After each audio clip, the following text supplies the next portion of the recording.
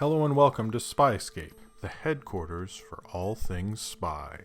In a galaxy far, far away, information is one of the key elements of success for both sides of the Force. Although they have starships and lightsabers, the rebels still need spies to give them a new hope against the seemingly impenetrable Empire, saving countless lives and battles in the process. The rebels are almost always at a disadvantage in any conflict against the Empire, but their use of spies help them get an edge over the Empire and save the galaxy. The Empire as well uses spies to infiltrate the rebel operations and maintain dominance by remaining one step ahead of the rebels. Sure, space battles and fights might be the deciding factor within Star Wars, but without the intel on what they're flying into, the battle could be lost before they even get there. We're here today to talk about 5 times spies changed Star Wars. Number 5, Boba Fett tracking Han and Leia in Empire Strikes Back. After Han and Leia escape Hoth in The Empire Strikes Back, Darth Vader would do anything to find them, even hiring a lineup of the greatest bounty hunters in the galaxy to track them down, and only one of them, Boba Fett, actually succeeded. Despite all of Han's attempts to avoid the Empire from going into an asteroid field, to accidentally flying into a space slug, and to hiding behind a Star Destroyer hoping to float away after it dumps its trash, Boba Fett still found a way to track their ship so gracefully and secretly they didn't even notice. Boba Fett was able to track our heroes to the gas mining colony city on Bespin, or Cloud City. He passed this information along to Darth Vader, and they were able to make a deal with Lando Calrissian before they even arrived, leading to possibly one of the most awkward ways to meet your father-in-law. Number 4, General Hux in Rise of Skywalker. In the sequel trilogy, it was always a question of who was giving the Resistance all of this information about the First Order. It never really made sense, and everyone from Poe Dameron to Kylo Ren was curious about who this mysterious spy could be. It turns out it was actually General Hux the entire time.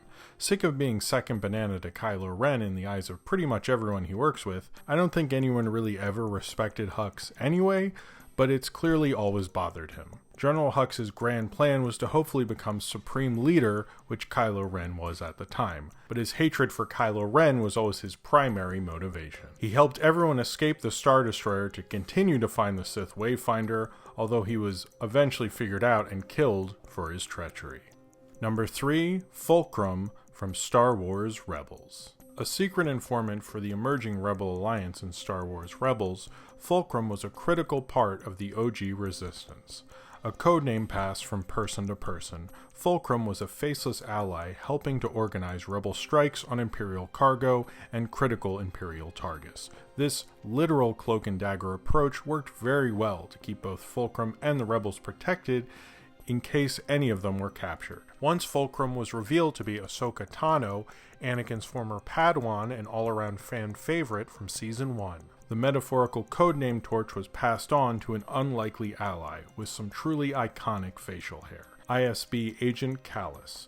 Kallus, originally deployed to destroy the rebel cell at the center of the Star Wars Rebels story, is accidentally turned to the cause by the Lasat rebel Zeb, when they are both trapped on the ice moon of Geonosis and need to lean on each other to survive. Kallus steals secret plans for the rebels, risks life and limb to help them escape from the Imperial weapons factory on Lothal, and warns the rebels of plans to attack their new hidden base on Atalon. When Kallus is almost found out by Grand Admiral Thrawn, he frames another officer to take the fall instead of fleeing to safety. Eventually, Thrawn uncovers the true spy and Kallus barely escapes to openly join the rebels, retiring the codename Fulcrum along with his unforgettable beard. Number 2, Obi-Wan in Attack of the Clones. After an assassination attempt against Padme Amidala is thwarted by Obi-Wan and Anakin, they capture the assassin, and she is killed by her employer, Jango Fett, right before she is about to reveal who paid her to go after Padme. Obi-Wan is then instructed by Yoda and the Jedi Council to find the bounty hunter.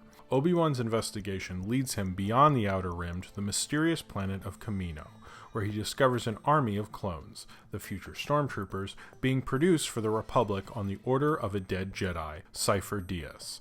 The Kamenians are using the Mandalorian bounty hunter Obi-Wan was tracking, Jango Fett, as the template for their mass production. Obi-Wan reports what he finds to the Jedi Council, then has a fairly epic battle with Jango Fett and his young son Boba.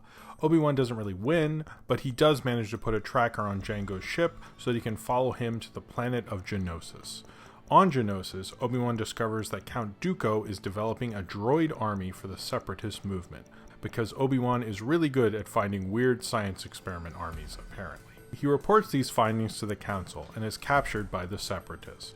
Both findings change the course of the prequel trilogy, leading to Jar Jar, yes, that Jar Jar, to initiate the vote to give Palpatine emergency powers to use the clone army against Count Dooku's droid army, and essentially starting the Clone War. Obi-Wan started his investigation into the assassination attempt and a bounty hunter, which led him to the rise of the Empire. That might not be a good result of his spying, but it did change the world of Star Wars, and we have Obi-Wan's spy skills to thank for it.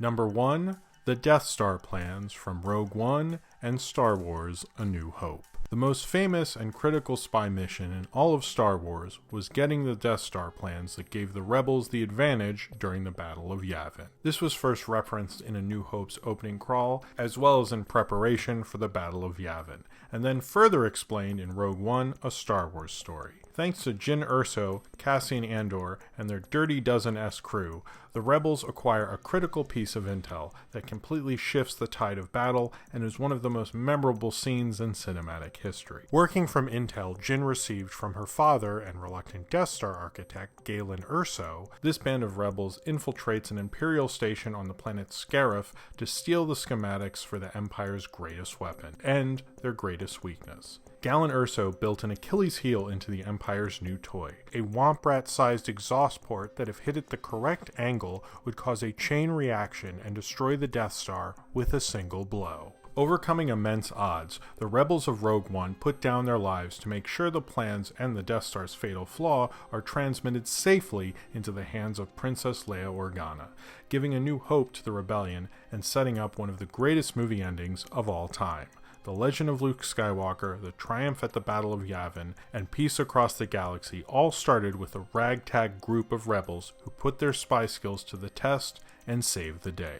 That was 5 ways spies changed Star Wars. Spies and espionage have always been a major part of the ever-changing direction of the Star Wars universe, from the prequels, sequels, TV shows, and the original trilogy. Spying and the transfer of information have led to some of the most major changes within the Star Wars franchise. Make sure to subscribe to SPYSCAPE for more videos from the headquarters of all things spy. Thank you for watching.